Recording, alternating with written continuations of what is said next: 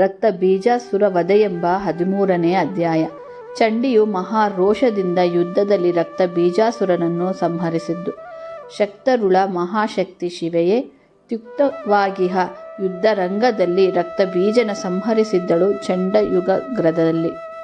ಚಂಡಮುಂಡರ ವಧೆಯಾದ ಆ ನಂತರ ಯುದ್ಧದಲ್ಲಿ ಓಡಿಹೋದ ಕೆಲವು ರಾಕ್ಷಸರು ಶುಂಭನಲ್ಲಿಗೆ ಬಂದು ಚಂಡನು ಅಳಿದುದನ್ನು ಮುಂಡನು ಯಮಪುರಿಗೈದನನ್ನು ಉಳಿದ ರಾಕ್ಷಸರೆಲ್ಲರೂ ದೇವಿಯ ಕೋಪಕ್ಕೆ ಬಲಿಯಾದದ್ದನ್ನು ವಿವರಿಸಿ ಹೇಳಿದ್ದರು.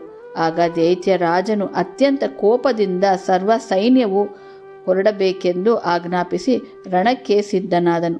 ನಿಶುಂಭನು ಶುಂಭನೊಡನೆ ಹೊರಟನು. ಇತರ ಸಹಸ್ರ ರಾಕ್ಷಸ ರಾಜರು ಸೈನಿಕರು ರಥ ಕುದುರೆ ಆನೆಗಳೊಡನೆ ಸಾಲು ಸಾಲಾಗಿ ಹೊರಟರು. ಕಹಳೆಗಳು ಮೊಳಗಿದ್ದವು, ಬೇರಿಗಳು ನೀನಾದವು, ಆಕಾಶವನ್ನೆಲ್ಲ ಹರಡಿತು. ಬ್ರಹ್ಮಾಂಡವೇ ಆ ಕೋಲಾಹಲಕ್ಕೆ ಬೀರಿಯಿತು ಎನ್ನುವಂತಿತ್ತು. ಎಲ್ಲರೂ ಹಿಮಾಚಲ ಪ್ರದೇಶಕ್ಕೆ ಬಂದರು. ದೈತ್ಯರ ಸೈನ್ಯವು ಬರುವುದನ್ನು ಚಂಡಿಯು ನೋಡಿ ಭಯಂಕರ ರೂಪಿಣಿಯಾಗಿ ಆಗಸದವರೆಗೂ ಬೆಳೆದು ನಿಂತಳು. ರುಂಡಮಾಲೆಯು ಆಡುತ್ತಿತ್ತು. ಕೋದಂಡವನ್ನು ಭಯಂಕರವಾಗಿ ಶಬ್ದ ಮಾಡಿ ಕಾಳಿಕಾದೇವಿಯು ಆರ್ಭಟಿಸಿ ನಿಂತಳು. ಆಕೆಯ ಕೈ ಧನುಸ್ಸಿನ ಟೇಂಕಾರ ಮಾತ್ರದಿಂದಲೇ ಬ್ರಹ್ಮ ನಿರ್ಮಿತ ಬ್ರಹ್ಮಾಂಡವು ಒಳೆಯಿತು. ಆಕೆಯು ಬಾಯನ್ನು ಅಗಲಿಸಿದ ಒಡನೆ ಭೂಮಿಯು ಬಾಯ್ಬಿಟ್ಟಂತಾಯಿತು. ಹಿಡಿದ ಖಡ್ಗದಿಂದ ಹೋರಾಟ ಕಿಡಿಗಳು ಪರ್ವತಾದಿಗಳನ್ನೆಲ್ಲ ಸುಡುತ್ತಾ ಸರ್ವ ವರ್ಣವನ್ನು ಆವರಿಸಿಕೊಂಡವು. ಚಾಮುಂಡಿ ಮಹಾದೇವಿಯ ಬಾಣಗಳು 4 ದಿಕ್ಕುಗಳಲ್ಲಿ ಆವರಿಸಿಕೊಂಡವು. ಆ ಬಾಣಗಳು ತಾಗಿದ ಒಡನೆ ಸಿಡಿಲು ಎರಗಿದಂತಾಗಿ ರಾಕ್ಷಸರು ಮೃತ್ಯವಶರಾಗತೊಡಗಿದ್ದರು.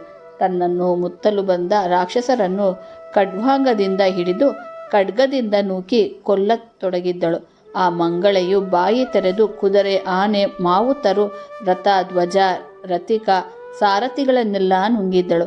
ಅಲ್ಲದೆ ಆಕೆಯು ನಾನಾ ರೂಪದಲ್ಲಿ ತೋರಿ ಬಂದಳು. ಬ್ರಹ್ಮ ಶಿವ ಗುಹ ವಿಷ್ಣು ವರಹ ನರಸಿಂಹ ಇಂದ್ರರೇ ಮೊದಲಾದವರ ರೂಪದಲ್ಲಿ ಅವರವರ ವಾಹನಗಳೊಂದಿಗೆ ಅವರವರ ಆಭರಣ ಆಯುಧಗಳೊಡಗೂಡಿ ಆ ಮಹಾಶಕ್ತಿಯು ತೋರಿ ಬಂದಳು. ಕಮಂಡಲವನ್ನು ಹಿಡಿದು ಜಪಮಣಿ ಧರಿಸಿ ಹಂಸದ ಮೇಲೆ ಆಸೀನಳಾಗಿ ಬ್ರಹ್ಮಶಕ್ತಿಯು ಬ್ರಹ್ಮಣಿಯು ಆಗಿ ವೃಷಭನ ಮೇಲೆ ಕುಳಿತು ಹಸ್ತದಲ್ಲಿ ಶೂಲ ಹಿಡಿದು ನಾಗಸರ್ಪಭೂಷಣಕ್ಕಿಂತಳಾಗಿ ಶಕ್ತಿಯನ್ನು ಶಿರದಲ್ಲಿ ಧರಿಸಿ ಮಹೇಶ್ವರಿಯಾಗಿಯೂ ಕಂಡುಬಂದಳು. ಕುಮಾರಸ್ವಾಮಿಯ ಶಕ್ತಿಯಾಗಿಯೂ ಭಯಂಕರವಾದ ಗದೆ ಚಕ್ರ ಶಂಖಗಳನ್ನು ಧರಿಸಿ ಗರುಡವನ್ನೇರಿ ವೈಷ್ಣವ ಶಕ್ತಿಯಾಗಿ ವಿಶ್ವರೂಪಿಣಿಯಾಗಿಯೂ ತೋರಿ ಬಂದಳು. ಶರಗ್ನಿಯ ಶರವನ್ನು ಗದೆಯನ್ನು ಕೈಯಲ್ಲಿ ಹಿಡಿದು ವರಹ ಮುಖಿಯಾಗಿ ವರಹ ರೂಪಿಣಿಯಾಗಿ ವಾರಾಹಿ ಎನಿಸಿಕೊಂಡು ವರ್ಣಮಾಲೆ ಧರಿಸಿ ಸಿಂಹದ ಮುಖದಲ್ಲಿ ಗದೆ ಹಿಡಿದು ನರಸಿಂಹ ರೂಪಿಣಿಯಾಗಿ ನರಸಿಂಹೆ ಎಂದೆನಿಸಿದ್ದಳು. ಕೈಯಲ್ಲಿ ವಜ್ರ ಯುದ್ಧವನ್ನು ಧರಿಸಿ ಸಹಸ್ರಯುತ ಗಾಳಿಗಳಿಂದ ಕೂಡಿ ಇಂದ್ರಾಣಿಯಾಗಿ ಇಂದ್ರ ರೂಪಿಣಿಯಾಗಿಯೂ ಕೈಯಲ್ಲಿ ವಿವಿಧ ಆಯುಧಗಳನ್ನು ಹಿಡಿದು ಸಮಸ್ತ ಮಾತ್ರಕ್ಕೆ ಗಣವಾಗಿಯೂ ಮಹದ್ ರೂಪ ಸಮಸ್ತ ಆವರಣವೆಲ್ಲವನ್ನೂ ಮುಸುಕಿತು. ಹೀಗೆ ವಿರಾಟ ರೂಪ ಧರಿಸಿದ ಮಹಾದೇವಿಯು ಧನಶು ಟೇಂಕಾರ ಮಾಡಿದ್ದಳು. ಆಗ ಸಿಡಿಲಿನ ಸಮೂಹವೇ ಸಿಡಿದಂತೆ ಭಯಂಕರ ಶಬ್ದವಾಯಿತು. ಆಕೆಯ ಅವಶೇಷಪೂರ್ಣವಾದ ಆರ್ಭಟಕ್ಕೆ ಬ್ರಹ್ಮಾಂಡವೇ ಬಿರಿದಂತಾಯಿತು. ಶುಂಭುರನ್ನು ನೋಡಿ ಎಲೆ ಚಂಡವೀರರೇ, ಶುಂಭರೇ, ನೀವು ತ್ರಿಲೋಕಗಳಿಗೂ ರಾಜರಲ್ಲವೇ? ಅಲ್ಲದೆ ಸಮಸ್ತ ಲೋಕಗಳನ್ನು ಜಯಿಸಿ ದೇವತೆಗಳನ್ನು ಆಹುತಿ ತೆಗೆದುಕೊಂಡಿರುವವರಲ್ಲವೇ? ನೀವು 3 ಲೋಕಗಳ ಅಧಿಪತಿಗಳು, ದೇವತೆಗಳು, ನಿಮ್ಮ ಸೇವಕರು. ನಿಮ್ಮ ಶೌರ್ಯಕ್ಕೆ ಎಣೆಯೇ ಇಲ್ಲ. ನಾನು ಯುದ್ಧಕಾಂಕ್ಷೆಯಿಂದ ಸಮಸ್ತ ಲೋಕಗಳನ್ನು ತಿರುಗಿ ನನ್ನ ಜೊತೆಯಲ್ಲಿ ಯುದ್ಧ ಮಾಡಿರುವವರೇ ಇಲ್ಲದಂತಾಗಿ ಈ ಹಿಮಾಚಲದಲ್ಲಿ ಬಂದು ನೆಲೆಸಿದೆ. ಈಗ ನಿಮ್ಮೊಡನೆ ಯುದ್ಧ ಮಾಡಬೇಕೆಂದು ಇಚ್ಛೆಯುಂಟಾಗಿದೆ. ನನ್ನ ಹೆಸರು ಶಿವದೂತಿ ಎಂದು ಹೇಳಿ ಯುದ್ಧಕ್ಕೆ ನಿಲ್ಲಿ ಎಂದಳು. ದೇವಿಯು ಈ ರೀತಿ ನುಡಿಯಲು ಶುಂಭರು ಅತ್ಯಂತ ಕೋಪಿತರಾಗಿ ದೇವಿಯ ಮೇಲೆ ಅಸಂಖ್ಯಾತ ಬಾಣಗಳನ್ನು ಮಳೆಯಂತೆ ಸುರಿಸಿದ್ದರು. ಮನ್ಮಥನನ್ನು ನಾಶ ಮಾಡಿದ ಆ ಶಿವೆಯು ರಾಕ್ಷಸರ ಧನಸ್ಸನ್ನು ರಥಗಳನ್ನು ಕಡಿದು ಆಮೇಲೆ ಸಮಸ್ತ ಸೈನ್ಯವನ್ನು ನಿಶೇಷವನ್ನಾಗಿಸಿದ್ದಳು. ದೇವಿಯು ಶೂಲ ಖಡ್ಗಗಳಿಂದ ಸೈನ್ಯವನ್ನು ಬಡಿದು ಎಳೆದು ನೆಲಕ್ಕೆ ಬೀಳಲಿ ಎದೆಯ ಬಾಯಿಯಲ್ಲಿ ಅಗೆಯತೊಡಗಿದ್ದಳು.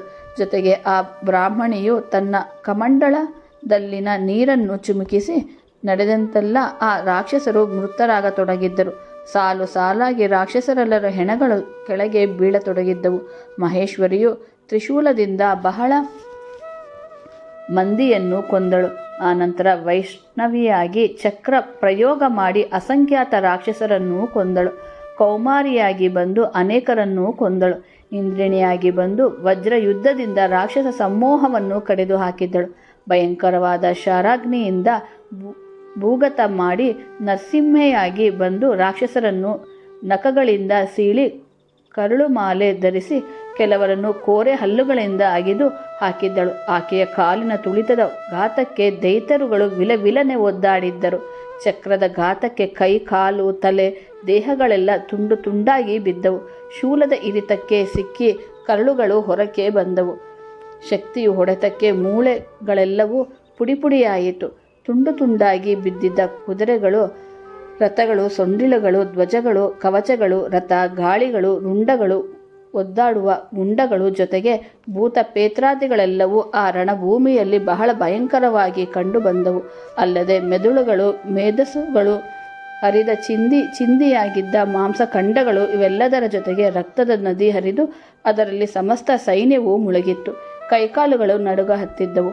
ಮುಖಗಳು ಬಿಕ್ಕಳಿಕೆಯಿಂದ ಕ್ರೂರವಾಗಿದ್ದವು. ಕುದುರೆ, ಆನೆಗಳಂತೂ ರಾಶಿ ರಾಶಿಯಾಗಿ ಹತವಾದವು. ಅರ್ಧ ತೆರೆದ ಕರುಳುಗಳು ಹೊರಗೆ ಬಿದ್ದಂತೆ ಹೊಟ್ಟೆಯಿಂದ ಹೊರಬರುತ್ತಿದ್ದ ವಾಯುವಿನ ಶಬ್ದಗಳು, ಕ್ರೂರವಾಗಿ ಹೊರಬರುತ್ತಿದ್ದ ಕಂಠ ಧ್ವನಿಗಳು, ಹರಿದ ದೇಹಗಳು, ನದಿಯಂತೆ ಹರಿದ ರಕ್ತದಿಂದ ಕೂಡಿ ಆ ರಣರಂಗವು ಭಯಂಕರವಾಯಿತು. ಈ ರೀತಿಯಾಗಿ ಮಾತೃಕೆ ಗಣವಾದ ದೇವಿಯು ಹೊಡೆತಕ್ಕೆ ಅಸಂಖ್ಯಾತ ರಾಕ್ಷಸರು ಸೈನ್ಯವು ಯಮನಿಗೆ ಸಂದಿತು. ಆಗಲೇ ರಕ್ತ ಬೀಜಾಸುರನೆಂಬ ರಾಕ್ಷಸನು ಧೈರ್ಯದಿಂದ ನಿಂತು ದೇವಿಯ ಮೇಲೆ ಸಹಸ್ರಾರು ಬಾಣಗಳನ್ನು ಪ್ರಯೋಗಿಸತೊಡಗಿದ್ದನು. ಆ ಬಲಶಾಲಿಯಾದ ರಾಕ್ಷಸನು ಕಾಳಿಯನ್ನು ಕೊಡಲಿಯಿಂದ ಹೊಡೆದನು. ಆ ನರಸಿಂಹೆಯನ್ನು ಕತ್ತಿಯಿಂದ ಹೊಡೆದನು. ಆ ವಾರಾಹಿಯ ಮುಡಿ ಹಿಡಿಯ ಬಂದನು. ಮುದ್ಗರದಿಂದ ಈಶ್ವರಿಯನ್ನು ಕುಡಿಹಿದ್ದನು. ಈಟಿಯಿಂದ ತಿವಿದನು. ಇಷ್ಟೊಂದು ವೀರವರನಾಗಲು ಕಾರಣ ಅವನು ಪಡೆದಿದ್ದ ಒಂದು ವರವೇ ಆಗಿತ್ತು. ಆ ವರದ ಪ್ರಕಾರ ಅವನು ದೇಹದ ಒಂದು ತೊಟ್ಟು ರಕ್ತ ನೆಲಕ್ಕೆ ಬಿದ್ದ ಒಡನೆ ಅವನೆಷ್ಟು ಬಲಶಾಲಿಗಳಾದ ಅಸಂಖ್ಯಾತ ರಾಕ್ಷಸರು ಹುಟ್ಟಿ ಕಾದಾಡಲು ನಿಲ್ಲುತ್ತಿದ್ದರು.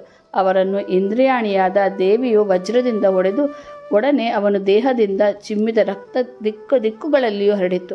ಒಡನೆ ರಕ್ತ ಬೀಜನಷ್ಟೇ ಶಕ್ತಿಶಾಲಿಗಳು ಭಯಂಕರರು ಆದ ರಾಕ್ಷಸರು ಅವರ ದೇಹದಿಂದ ಎಷ್ಟು ತೊಟ್ಟುಗಳಷ್ಟು ರಕ್ತ ಚೆಲ್ಲಿತೋ ಅಷ್ಟೇ ಸಂಖ್ಯೆಯಲ್ಲಿ ಗದೆ ಖಡ್ಗಾದಿಗಳನ್ನು ಹಿಡಿದು ನಿಂತರು.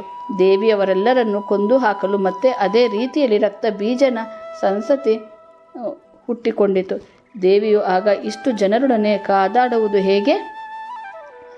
ಒಬ್ಬನೊಡನೆ ಯುದ್ಧ ಮಾಡುವುದೇ ಸರಿ, ಆದರೆ ಮಾಡುವುದೇನು ಎಂದು ಬಹಳ ಯೋಚಿಸಿ ಕೊನೆಗೆ ತನ್ನ ಬಾಯಿಯನ್ನು ಭಯಂಕರವಾಗಿ ಅಗಲಿಸಿ ರಾಕ್ಷಸರ ರಕ್ತವು ಕೆಳಗೆ ಬೀಳದಂತೆ ತನ್ನ ನಾಲಿಗೆಯನ್ನು ಚಾಚಿ ರಕ್ತವನ್ನೆಲ್ಲ ಕುಡಿಯುತ್ತಾ ರಕ್ತ ಬೀಜಾಸುರನನ್ನು ಕೊಚ್ಚಿ ಹಾಕಿ ತಿಂದು ಹಾಕಿದ್ದಳು. ಹೀಗೆ ನಾಲಿಗೆಯನ್ನು ಹರಡಿ ವಜ್ರ, ಯುದ್ಧ, ಶೂಲ, ಶಕ್ತಿ, ಚಕ್ರ, ಖಡ್ಗಗಳಿಂದ ರಾಕ್ಷಸರನ್ನು ಕತ್ತರಿಸಿ ರಕ್ತವನ್ನು ಹೀರಿ ಅವರೆಲ್ಲರನ್ನು ತಿಂದು ಮುಗಿಸಿದ್ದಳು. ಹೀಗೆ ಆಕೆ ಮಾಡಲು ಸ್ವಲ್ಪ ಹೊತ್ತಿನಲ್ಲಿಯೇ ರಕ್ತ ಬೀಜಾಸುರರೆಲ್ಲ ನಾಶವಾದರು. ಆದಿ ರಕ್ತ ಬೀಜಾಸುರನ ರಕ್ತವನ್ನು ಹೀರಿ ಶೂಲದಿಂದ ಅವನನ್ನು ತಿವಿದು ಆ ಮಹಾಕಾಳಿಯು ಅವನನ್ನು ತಿಂದು ಹಾಕಿದ್ದಳು. ದೇವತೆಗಳು ಆನಂದ ಸಾಗರದಲ್ಲಿ ಮುಳುಗಿದ್ದರು. ರಕ್ತ ಬೀಜದ ಅಂತ್ಯವಾದುದರಿಂದ ದೇವಿಗೆ ಆನಂದವಾಯಿತು. ಅತ್ಯಂತ ತೃಪ್ತಿಯಾಗಿ ಆಕೆಯು ತಾನು ಇನ್ನು ಶುಂಭುರನ್ನು ವಾದಿಸುವುದೆಂದು ನಿರ್ಧರಿಸಿ ಚಿದಾನಂದಾತ್ಮ ಗುರುವರರನ್ನೂ ನೆನೆದಳು. ರಕ್ತ ಬೀಜಾಸುರ ವಧೆ ಎಂಬ 13ನೇ ಅಧ್ಯಾಯವು